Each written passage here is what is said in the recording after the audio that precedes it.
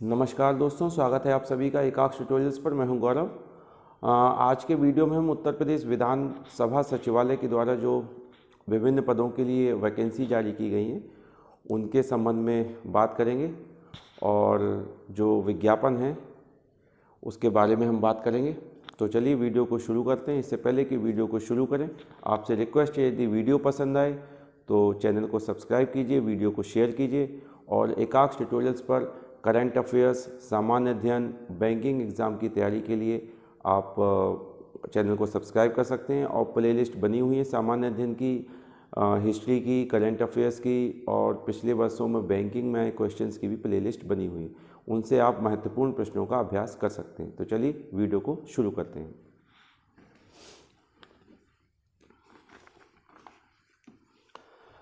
जैसा आप जानते हैं कि उत्तर प्रदेश विधान परिषद सचिवालय के द्वारा अभी कुछ समय पहले ही परीक्षा संपन्न कराई गई है विभिन्न पदों के लिए, जिसमें कि समीक्षा अधिकारी और सहायक समीक्षा अधिकारी के पद भी सम्मिलित थे। अब जो नई वैकेंसी आई है वो आई है यूपी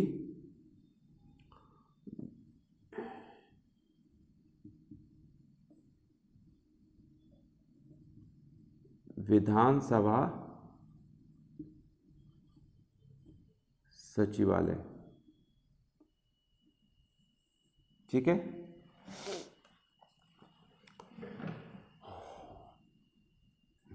www.uplegisassembly.gov.in ये ऑफिशियल वेबसाइट है।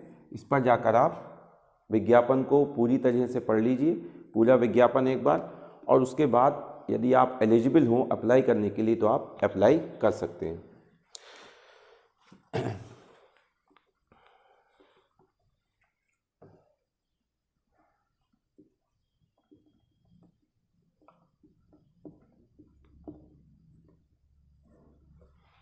देखिए, इसमें आवेदन प्रारंभ होने की जो तिथि है, ठीक है, विज्ञापन के जो महत्वपूर्ण बिंदु हैं वो मैं एक बार आपके साथ डिस्कस कर लेता हूं।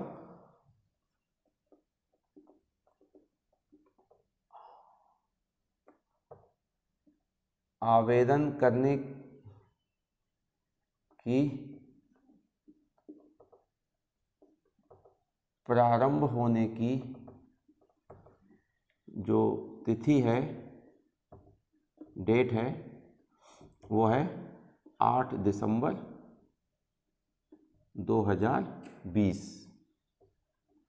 ओके, 8 तारीख से इसके जो आवेदन प्रारंभ हो जाएंगे। 8 दिसंबर 2020 से आवेदन करने की अंतिम तिथि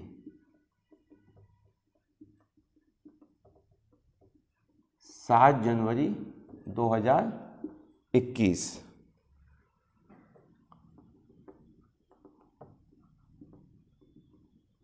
ऑनलाइन आवेदन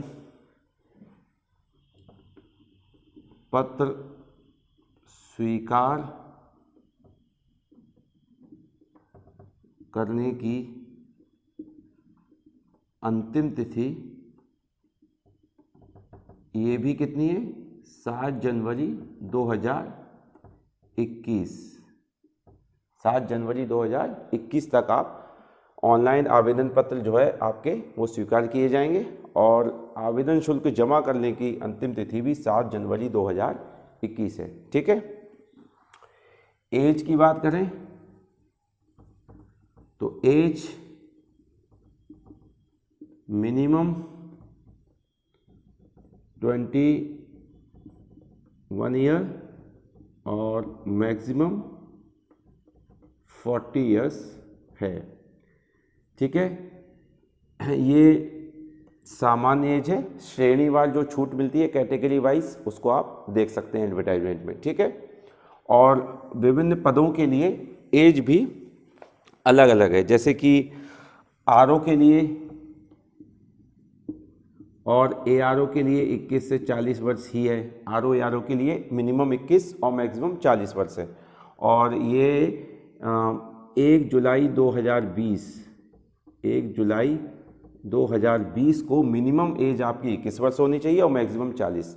21 वर्ष से कम नहीं होनी चाहिए और 40 वर्ष से अधिक नहीं होनी चाहिए। ठीक है। संपादक की एक पोस्ट है, संपादक के लिए मिनिमम 30 ईयर्स है, मैक्सिमम 40 ईयर्स है। प्रतिवेदक के लिए मिनिमम 22 ईयर्स है, मैक्सिमम 40 ईयर्स है। ठीक है। इस तरह से आप एडवर्टाइजमेंट में जिस पोस्ट के लिए आप एलिजिबल हैं, अप्लाई करना चाहते हैं, उसके लिए अपनी एज आप एक बार एडवर्टाइजमेंट में देख लीजिएगा। RO के लिए 1 जुलाई 2020 को मिनिमम 21, मैक्सिमम 40 ईयर्स एज होनी चाहिए। ठीक है। इसके बाद एक महत्वपूर्ण चीज़ जानकारी ये है कि हर पोस्ट के लिए अब पद कौन कौन से हैं देखिए। तो यदि हम पद की बात करें तो संपादक हैं के पद, प्रतिवेदक, ठीक है, समीक्षा अधिकारी,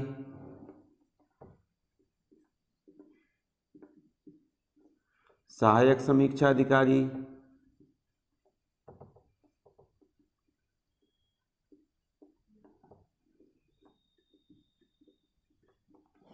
समीक्षा अधिकारी के पद हैं 13 कुल और सहायक समीक्षा अधिकारी के 53। ठीक है। इसी तरह अन्य जो पद हैं उनके लिए भी संख्या निर्धारित है। तो समीक्षा अधिकारी, सहायक समीक्षा अधिकारी के ये पद हैं। ARO के लिए 53 और RO के लिए 13। जो कुल पद हैं, कुल पदों की संख्या कितनी है? 87। कुल पदों की संख्या कितनी? 87। मतलब जितने पद हैं, जैसे अपर निजी सचिव है, ठीक है, और अन्य पद, इसके अलावा अन्य पद भी हैं। ठीक है। हम बेसिकली इस वीडियो में बात कर रहे हैं समीक्षा अधिकारी और सहायक समीक्षा अधिकारी के लिए। ठीक है। तो आप जितने पदों के लिए आवेदन करेंगे, अलग अलग आवेदन करेंगे, अलग अलग फीस जमा होगी। यदि आप RO दोनों के लिए अप्लाई करेंगे तो अलग अलग अप्लाई करना होगा, उसकी फीस भी अलग अलग अप्लाई जमा करनी होगी। समीक्षा अधिकारी के लिए अलग, सहायक समीक्षा अधिकारी के लिए अलग से आवेदन होंगे और अलग अलग फीस जमा करनी होगी। ठीक है। अब हम देख लेते हैं कि शैक्षिक अर्हता क्या है। ठीक है।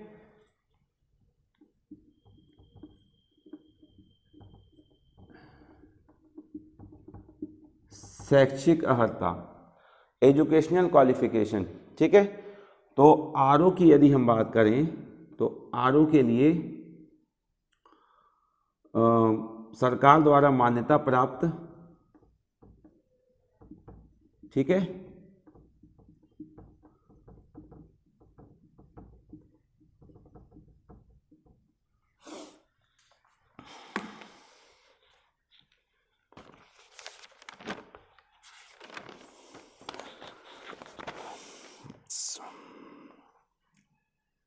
सरकार द्वारा मान्यता प्राप्त, ठीक है, भारत में विधि द्वारा स्थापित,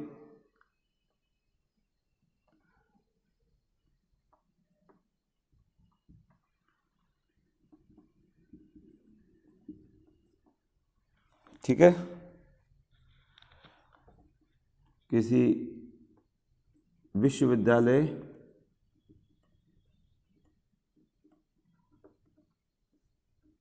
से स्नातक की उपाधि, स्नातक की उपाधि, ठीक है। और ARO के लिए यदि हम देखेंगे शैक्षिक अर्हता, तो यही सेम अर्हता यहाँ भी अप्लाई होगी। सरकार द्वारा मान्यता प्राप्त या भारत में विधि द्वारा स्थापित किसी विश्वविद्यालय से स्नातक की उपाधि, ठीक है। अब ARO के लिए जैसा कि आप जानते हैं कि एक तो ये वाली आपकी शैक्षिक अर्हता सेम हो जाएगी, ठीक है, स्नातक स्नातक की उपाधि। दूसरी इसमें आता है ओ लेवल, ठीक है, नीलेट, किसके द्वारा? नीलेट के द्वारा, या जिसको हम पहले डोइक सोसाइटी के नाम से जानते थे, ठीक है, नीलेट, इसके द्वारा जो ओ लेवल प्रमाण पत्र जारी किया जाता है वो होना चाहिए। और थर्ड इसमें जो शैक्षिक आता है वो है हिंदी टंकण में कंप्यूटर पर, किस पर? कंप्यूटर पर, हिंदी टंकण में 25 शब्द प्रति मिनट, ये आपकी मिनिमम स्पीड होनी चाहिए। गति जो है हिंदी टंकण में कितनी होनी चाहिए? 25 शब्द प्रति मिनट।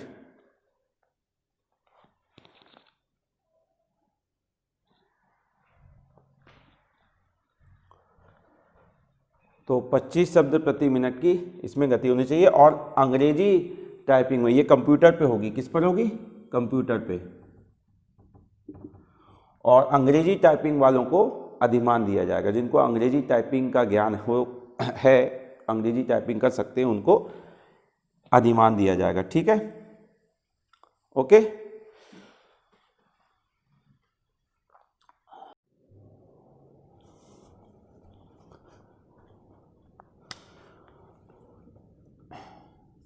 तो ओ लेवल के समकक्ष,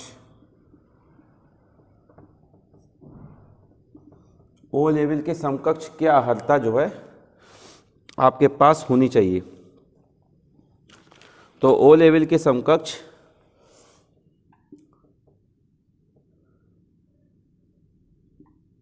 किसी मान्यता प्राप्त संस्था अथवा विश्वविद्यालय से कंप्यूटर साइंस में डिप्लोमा, ठीक है, या और, ठीक है, किसी मान्यता प्राप्त संस्था या विश्वविद्यालय से कंप्यूटर साइंस में डिग्री, ओके।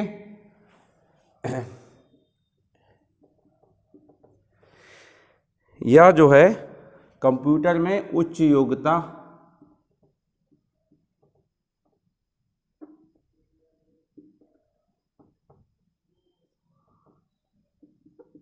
धारी, जैसे कि ग्रेजुएशन है, ठीक है, किसमें? कंप्यूटर में, ठीक है, उच्च योग्यताधारी अर्थात ग्रेजुएशन, ठीक है, या जो हायर डिग्री है आपकी ग्रेजुएशन, उच्च डिग्री में पृथक से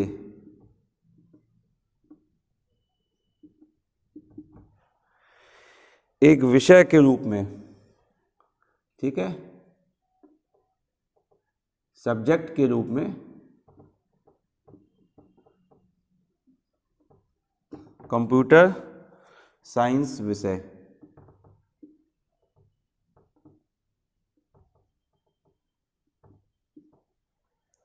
ठीक है।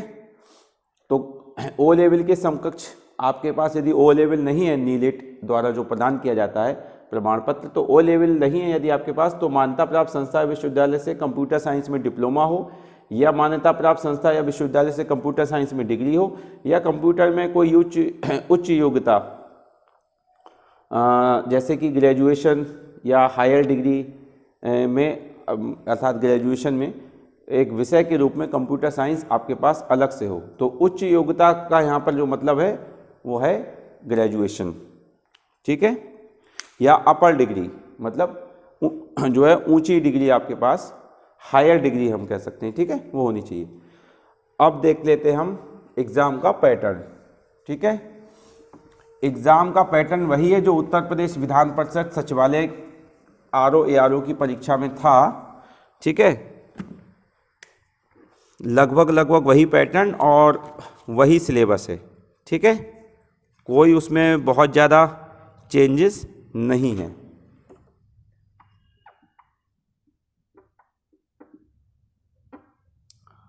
प्रारंभिक परीक्षा अर्थात प्री एग्जाम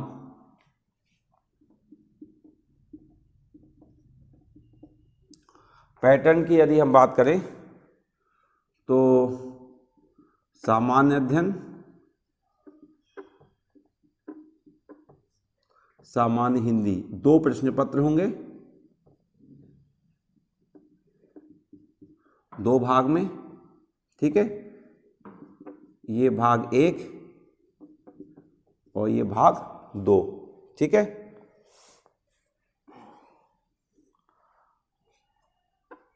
फिफ्टी क्वेश्चंस सामान्य अध्ययन के पूछे जाएंगे, 50 क्वेश्चंस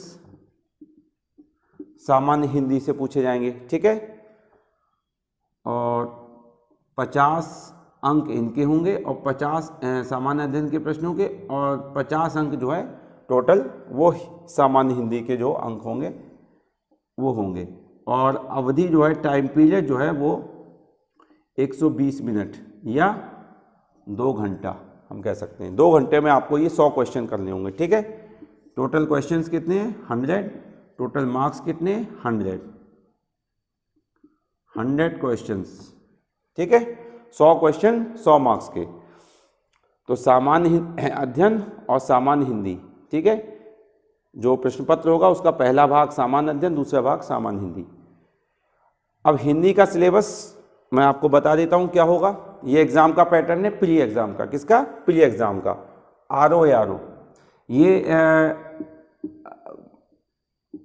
जो परीक्षा है प्रारंभिक, वो जो सुरक्षा सहायक की पोस्ट है, ठीक है, सुरक्षा सहायक की जो पोस्ट है उनको छोड़कर बाकी सभी पदों के लिए प्री एग्जाम जो है वो का सिलेबस जो है वो यही रहेगा, ठीक है, और सुरक्षा सहायक की पोस्ट के लिए अलग से होगा, ठीक है।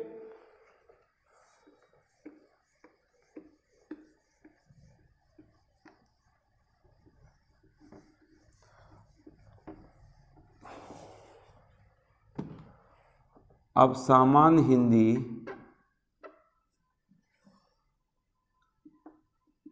सिलेबस देखते हैं हम पाठ्यक्रम, ठीक है। सामान्य हिंदी के लिए 5 टॉपिक हैं, ठीक है, जैसे कि विधान परिषद सचिवालय आरओ यारो के एग्जाम में थे। पर्यायवाची, विलोम शब्द,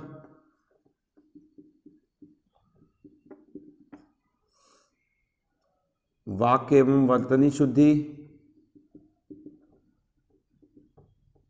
वाक्य एवं वर्तनी शुद्धि, अनेक शब्दों के लिए एक शब्द, अनेक शब्दों के लिए एक शब्द, और तत्सम तद्भव, तत्सम एवं तद्भव, ठीक है। इन सभी से 10-10 प्रश्न पूछे जाएंगे, अर्थात 10-10 शब्द, ठीक है। वाक्य एवं वर्तनी शुद्धि में 10 वाक्य होंगे और बाकी जो है वो 10-10 शब्द पूछे जाएंगे। तो ये 5 टॉपिक ही आपको पढ़ने हैं। इसके अलावा प्री एग्जाम के लिए आरओ यारो के लिए आपको और कुछ नहीं पढ़ना है, ठीक है।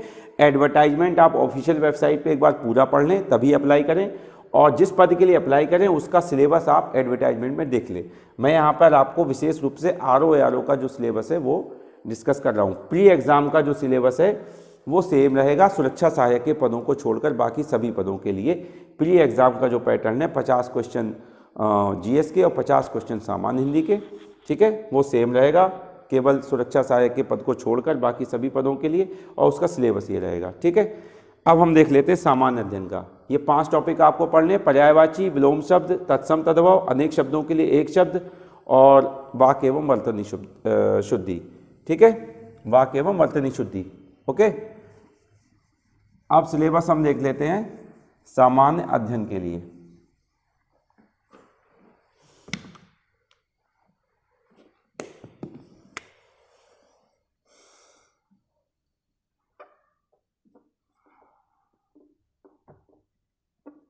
ये भी विधान परिषद सचिवालय की का जो विधान परिषद उत्तर प्रदेश विधान परिषद सचिवालय का आरओ एआरओ का एग्ज़ाम था उसकी तरह ही लगभग सेम है।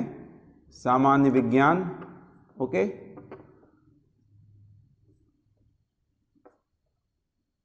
भारत का इतिहास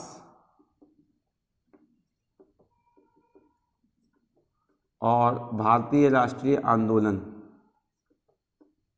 इंडियन नेशनल मूवमेंट, ठीक है।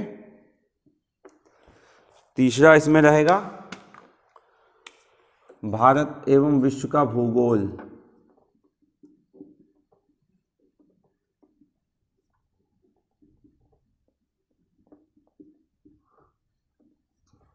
इसके बाद 4th नंबर पे भारत का राजतंत्र एवं अर्थव्यवस्था अर्थात इंडियन पॉलिटी और इकोनॉमी, ठीक है, इंडियन पॉलिटी एवं इंडियन इकोनॉमी। इसके बाद जनसंख्या, पॉपुलेशन, नगरीकरण, एनवायरनमेंट,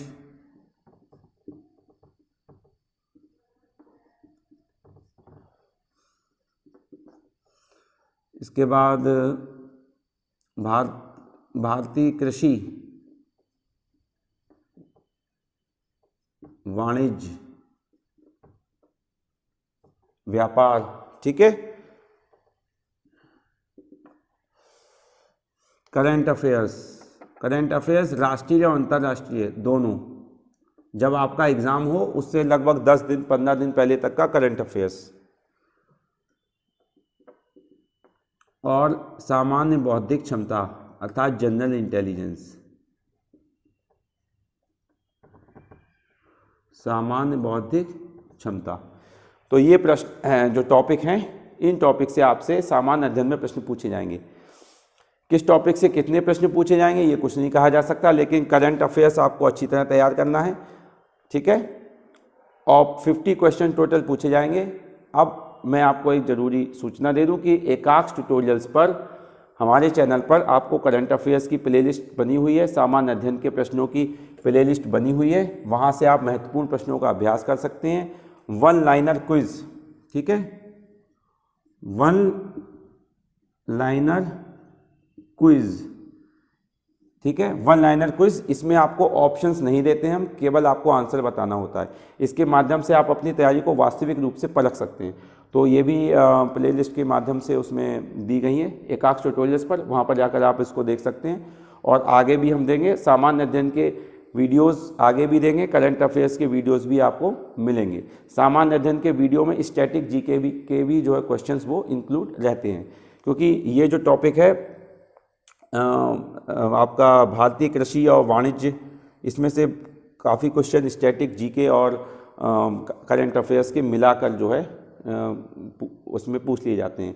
एग्रीकल्चर का जो डेटा है, ठीक है, फॉरेस्ट का डेटा है, ठीक है, ये जो है इसमें पर्यावरण के क्वेश्चन स्टैटिक जीके और प्लस करंट अफेयर्स से संबंधित भी होते हैं। तो आपको सामान्य अध्ययन, current affairs, 1 liner quiz, history की अलग से प्लेलिस्ट बनी हुई है चैनल पर, आप वहाँ से उसका भी अभ्यास कर सकते हैं।